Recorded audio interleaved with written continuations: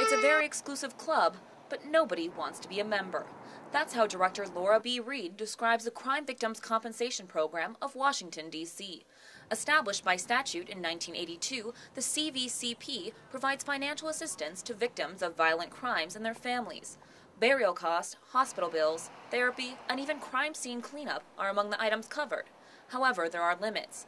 For example, $6,000 is the cap for funeral aid, $3,000 for counseling, and no single claim can exceed $25,000. But Reed says sometimes advertising their compensation can lead to issues. You know, whenever there is money involved, of course, there's always going to be people who are opportunists who try to take advantage of the system, but the vast majority of people that we serve really do need our help. Marlena Ottlands has been a claims examiner with CVCP for 4 years. She says that although most claims are legitimate, she's still cautious. You always have to balance what someone's telling you with what paperwork is actually in front of you.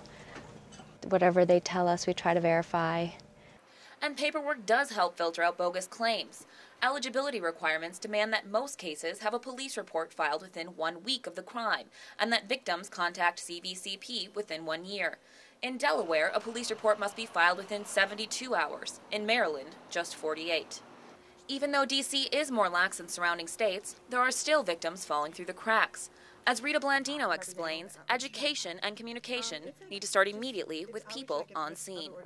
Like the police department, they're the frontliners, they're the ones that see the client immediately after the crime, and so we're going to make sure that they know that we're here and that they need to refer the clients here. I think there were like 8,000 reported crimes in D.C. last year, and we had 2,900 cases, so there's obviously a gap there, and we're constantly trying to get more clients in here.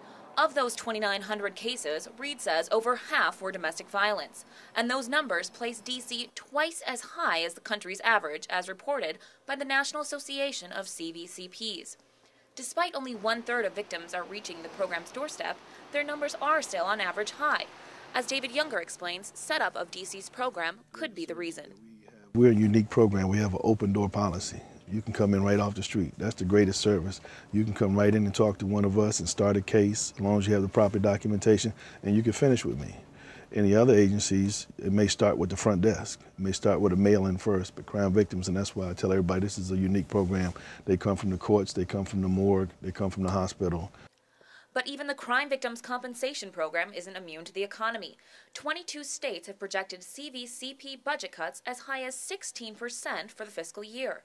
Lower funding might mean that the district's program might not be able to keep its doors open. Annie Aho in Washington for District Wire News.